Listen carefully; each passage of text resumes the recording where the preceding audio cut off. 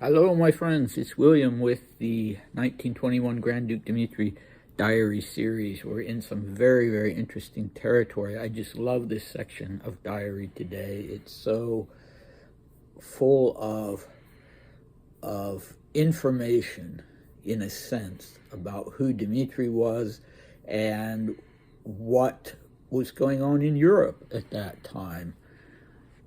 And, it was really kind of people thinking about different ways to reconstruct Europe after the First World War, and whether this new Europe was going to be a new Europe or whether it was going to go back to old traditions. Really such a crucial time period and so full of ideas and drama and so on and so forth. And I thought I would start off with one of my favorite Russian stories by this Russian satirist Saltykov-Shchedrin, a story that I absolutely love about an encounter between a German peasant boy and a Russian peasant boy. And you have to imagine them somehow being transported to a place that was neither Russia nor Germany, but they're meeting there, and they sort of look each other up and down. And the German boy, and the story, by the way, is called The Boy with Pants and the Boy with No Pants. Well, there are different forms of the title, but the Russian boy isn't wearing pants. He's wearing a long peasant shirt, and that's his only garment. And the German boy is very nicely turned out, even though he's a peasant. And he looks at the Russian boy and he asks questions, do you get enough to eat? And the Russian boy says, no, he doesn't get enough to eat. He's always hungry. Do your parents treat you well? Oh, my parents beat me.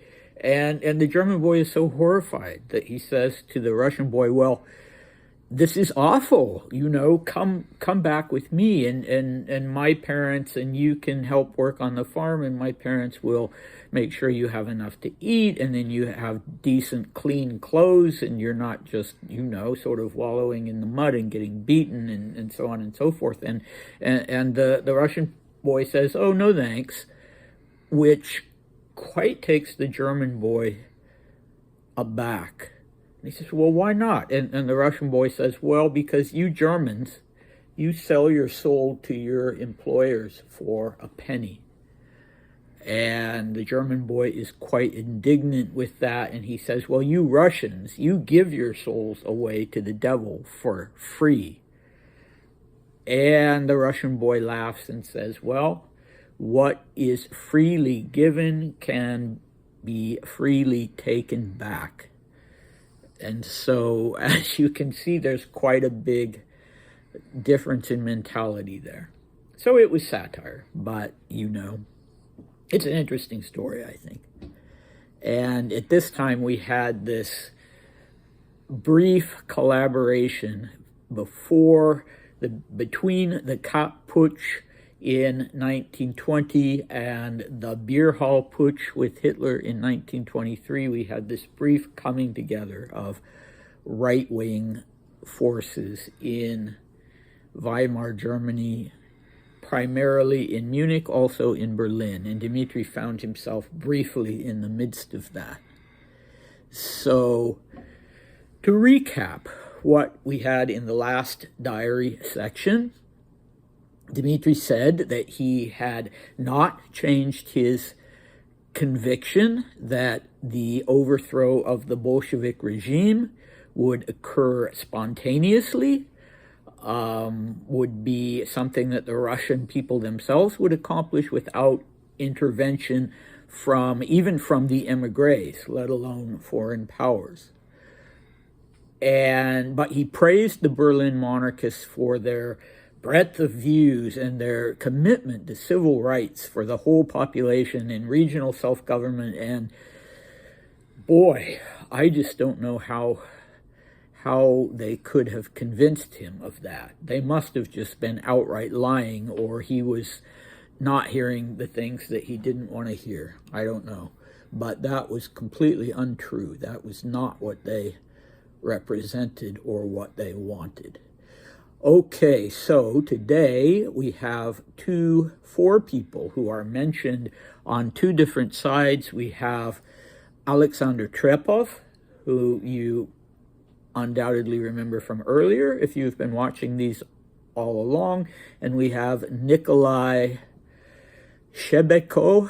It's not a typical Russian name. I'm not sure what the origins of that name are, but it's spelled Shebeko. Could be Ukrainian, I guess, but yeah, I just don't know. So you have the two of them on one side, and they're both in Paris, and on the other side you have Markov II and Biskupski, these two right-wing activists that Dmitri has just met in Berlin. So, and you have also organizations that Dmitri juxtaposes to each other, one being the famous Yacht Club in St. Petersburg/Petrograd that Dmitri himself was a member of and spent a lot of time at, versus the Black Hundreds, the Union of Russian People types who were out there breaking heads in Russia before the revolution. Okay, so I will let Dmitri speak for himself. Here we go. That the Berlin monarchists proclaim their political credo more loudly than the Parisians is their primary strength.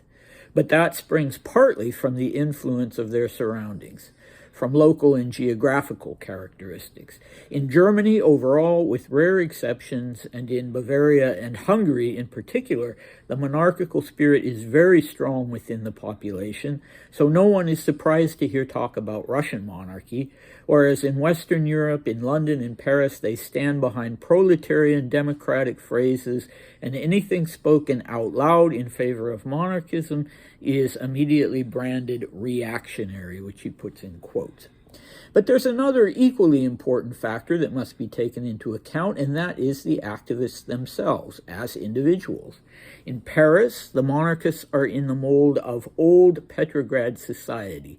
In other words, yacht club types, or members of the New Club or the English Club. Either they are dyed-in-the-wool bureaucrats like Trepov, or diplomats who have spent their whole lives abroad, like Nikolai Nikolaevich Shebeko, or monarchists of the worst kind. These are members of the Yacht Club who never have and never will be capable of fruitful labor, but are only good at producing the most malicious criticism of everything that has been and is going to be done, thereby sullying all the ideals that they supposedly serve. In Berlin, there are fewer people who belong to that category. There you find people who know, or rather have known, Russia and her moods. There you find real political activists like Markov II, who has only one flaw, his name, which scares people off because of its ultraviolet associations. In Berlin, it's possible to have a man like Biskupski, who plays with the idea of a white international and sees the possibility of a secret brotherhood of peoples, only Germans and Hungarians so far, that's true, but it's still some kind of brotherhood. And yet there are people there in Germany who are listening to him, which would never be the case in France or England. If I had to write frankly on the topic of what I learned about the work of the Russian monarchists in Germany and what the tangible results of that work are, I would find it very difficult. Interesting, because he's been speaking with such seeming assurance in these previous paragraphs, and suddenly he's telling us, I'm not sure if I've quite figured this out yet. I wouldn't enjoy the task of trying to assess it for someone else in so many words. Okay, so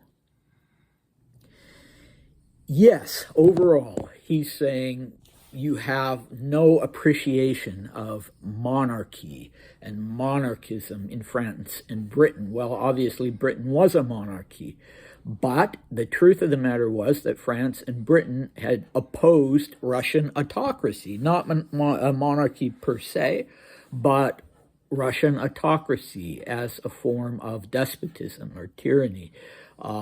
They had opposed that. That's very true. There were a lot of people who were happy when the Tsar was forced to abdicate and you had the provisional government. They weren't so happy then when the Bolsheviks took over. But so what Dmitri is talking about here is not a rejection of the West or saying there's something wrong with the West, just saying that in France and Britain, he didn't feel, apparently, maybe personally, maybe he'd tried to have these conversations and he didn't feel like you could sort of be a proud Russian monarchist, that people just didn't see the Russian monarchy, the Russian autocracy as something at all positive, whereas when you're in Germany, yeah, you can talk about it, and people seem to be sympathetic to that.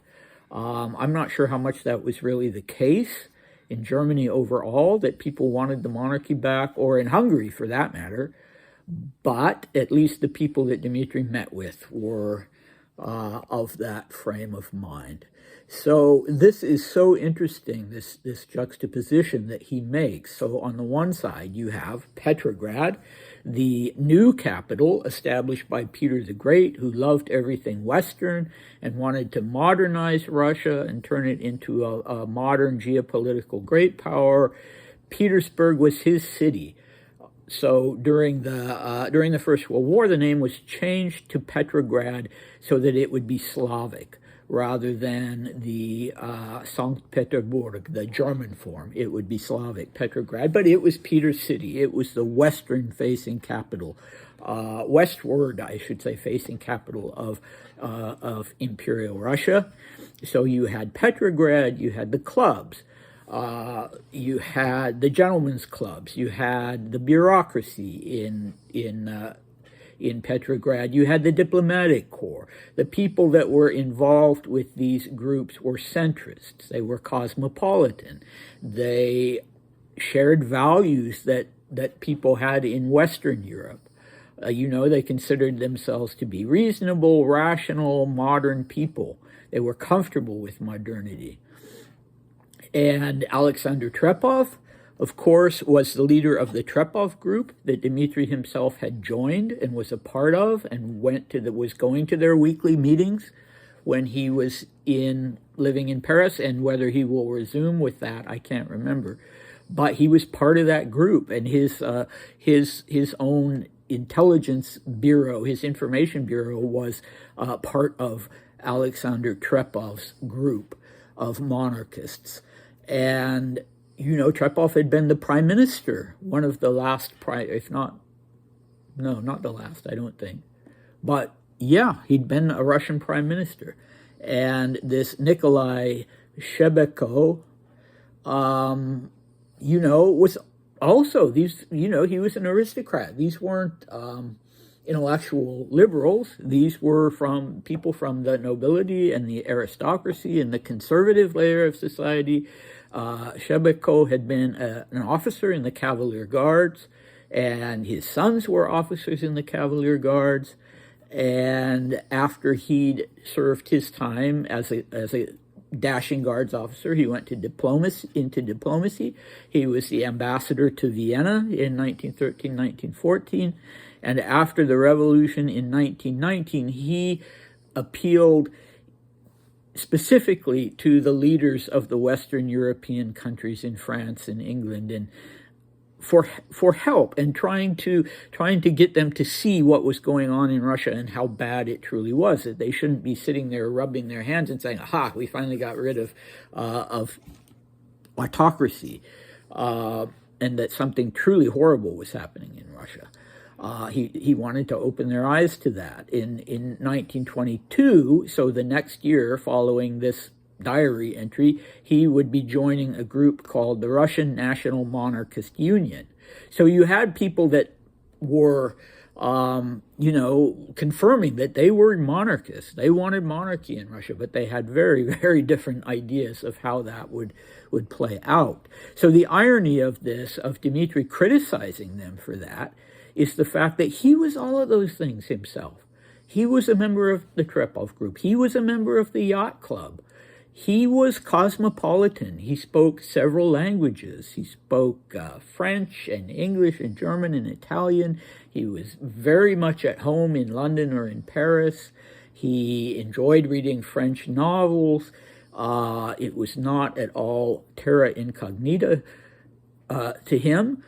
This was who he was. He was at home in Western Europe, and he was a modernist, not in the philosophical sense, but that he believed in moving forward, embracing the future, and not going back to this sort of stuffy old traditions. So what was the problem then? Well, why all of a sudden? So on the other side of that, you have the you have the monarchists who are extremist, authoritarian, anti-Semitic, xenophobic, and who are profoundly anti-Western. Going back to the old Slavophile movement, profoundly anti-Western. They see Western Europe and the U.S. and Western democracies and countries, even monarchies like Britain, as being absolutely corrupt, and they think there needs to be this bulwark to save the whole world from this Western corruption that was spreading. They need to stop that right now in Germany and in Russia. And yeah, Dmitri wasn't understanding that for some reason. Just how much more he himself belonged to the Yacht Club set. He was there all the time. In 1915, for instance, in his diaries, every chance he got, every time he was on leave in Petrograd, he was at the Yacht Club. He would pretty much spend all afternoon there and sometimes into the evening. So, so what is the problem then? Dmitri is actually appalled by some of these things, like the anti-Semitism and the extremism and the insistence on returning to the past. He's appalled by those things. But here's where things get a little confusing for him. He has always had this ideal of the man of action. If you're not a man of action, then you're not a real man. And I think he had a little bit of a problem with that in relation to Nicholas II towards the end of their relationship, because he just couldn't sustain that belief in Nicholas as a man of action. But he was looking at Trepov and the others in Paris as being these old guys who just wanted to sit around and talk about the past and not really do anything. They still just wanted to be like clubmen. They had no notion that things had changed irrevocably in Russia, that they weren't going to just go back and be, part of a government like they were part of before, that they had to reckon with the things that changed. And of course, Dmitri was right about that. It was a lot of talk, and it was a lot of backward-looking, not very productive sort of thing, but it just really antagonized him to the point that he seems to have sort of put his rose-colored glasses on while he was in Berlin, and ignored things that he shouldn't have been ignoring. And the other thing was that there was criticism of him personally. He talks about the malicious criticism and he'd talked about that earlier on, before he'd even went to Denmark. He'd talked about how these guys just rip each other apart. And the fact of the matter is that once he got back to Paris, and he is writing this long diary entry of the 15th of March from Paris, once he got back to Paris, they ripped him apart. Boy, did they rip him apart. And so I'm not sure if he's writing about this before or after that happened.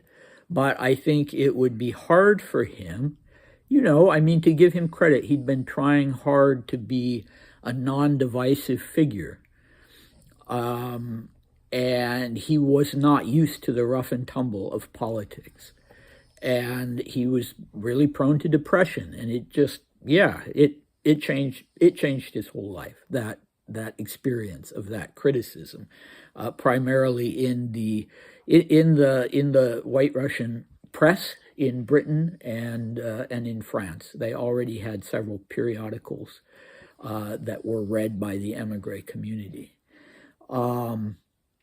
Okay, so he talks about this idea of a white international, and the language is interesting because of the use of the word international, and these are very xenophobic people, but they were using actually some of the language that was used by the Bolsheviks, and you see a lot of that, you see that in the early Nazi stuff too. There's a lot of this sort of confused and confusing language, like, what are you? Are you fascist? Are you communist? What exactly are you? And there's certainly this mix up of tactics, everybody looking at everybody else's tactics and thinking, oh, okay, we could use that, we could do that. So, the whole thing was pretty much a mishmash at that stage. But, okay, so what is this secret brotherhood? Well, it's quite true that Aufbau, that this organization of Russian and German right-wingers working together, that they wanted to establish this sort of pre-Axis axis with Hungary and Turkey, and yeah, we talked a little bit about that before, and with Russia, if they could get rid of the Bolsheviks, and with Germany, if they could get rid of the Weimar government. And I don't think, again, I don't think Dmitri sees this the way they're seeing it. Dmitri is seeing it as simply being pro-monarchy. He's not seeing it as being anti-Western. So, that was a misunderstanding on his part. So later on, when he says during the Second World War, in 1940, when he writes to his sister that now he considers himself a patriot of Europe, well, he makes that statement because she's trying to get him to come to the U.S. And he tells her, no, I'm not going to leave the U.S. I'm European. I wouldn't be comfortable anywhere outside of Europe. And I don't even, in a weird way, I don't even want to abandon Europe during its, during this conflagration. But I think you can say that by that point, when he says that he's a patriot of Europe, it pretty much means that he is pro-Western. England, France, those are the countries that he aligned himself with. And so it's a pretty definitive statement against this idea of having this harsh division between East and West, where all the purity is in the East and all the corruption is in the West. So, when it comes right down to it, it is not surprising, is it, how confused he was by all of this, and that he writes in his last paragraph, if I had to write frankly on the topic of what I learned, I would find it very difficult, very difficult. Yeah, no kidding, my friend. Okay, and one last thing, I would heap a little praise on the shoulders of the people who raised him, because he came away with good, solid values. And when he strayed from them, there would be a correction, And I think in particular of Ella and of Laming, his tutor. If you watch the videos for the 1906 and 1907 diaries, you know how hard they worked with Dmitri to make sure that he was a good little guy. He had a temper problem, and he would sometimes behave in a very grand way, especially if anybody like Nicholas II was showing attention to him. And they would not accept that. They would cut him back down to size, and they really worked with him on that. And Ella, of course, was always exposing him and Maria, to the wounded soldiers, and in her various hospitals and lazarets. And Dmitri even liked going and learning to weave carpets with the soldiers. And I'm not sure all the Grand Dukes and Grand Duchesses, when they were children, had that kind of exposure. So, and Paul too. Grand Duke Paul, Dmitri's father, he was an absentee father, but the values that he did have to impart were good values. He was a one-woman man, and he He believed in, getting along. And immediately after the abdication, he drafted his own manifesto that he was hoping would be taken up, that was sort of along the lines of, we can all work this out. We can meet each other halfway. And so I do think that shows in Dmitri. I really do. I really think that he was raised to have certain values that we all depart from, the values that we were raised with sometimes, but most of us don't go that far. We feel stressed out when we go too far astray with things like that. So anyway, good for them. Good for them. One last thing that I find very interesting. I know I'm going too long at the moment. So almost exactly a year after Dmitri would be in Berlin, in March 1922, you would have this assassination attempt to kill Milyukov, Dmitri's mentor, or the man he'd wanted to be his mentor, who was the leader of the Cadet, the Constitutional Democratic Party before the revolution. And this attempt he went to Berlin to make a speech in March 1922, and he was assailed by assassins, and he was saved by one of these diplomats, one of these all talk and no action diplomats actually threw himself in front of Milyukov and tried to disarm the gunman. This was the father of the famous writer Nabokov. This was Vladimir Nabokov, and he was killed. He was shot 3 times, and he was killed. And the interesting thing that I just found out that I hadn't known before is that one of the assassins cried out, "Vengeance pour l'impératrice, vengeance pour la famille impériale." So as he was firing these shots, or immediately before or after, he was yelling, "Vengeance, revenge for the empress, vengeance for the imperial family." So as you can see, during this particular period, everybody was a little bit crazy, nobody knew what to expect. Everybody was trying to see that their point of view prevailed, and sometimes history is like that. Anyway, we have one more discussion with Dmitri about summarizing the political aspect of his visit to Berlin, something surprising in that. And then we'll have one more video to finish up this long diary entry of the 15th, and that last little part will be about Marie-Louise Moltke back in Denmark.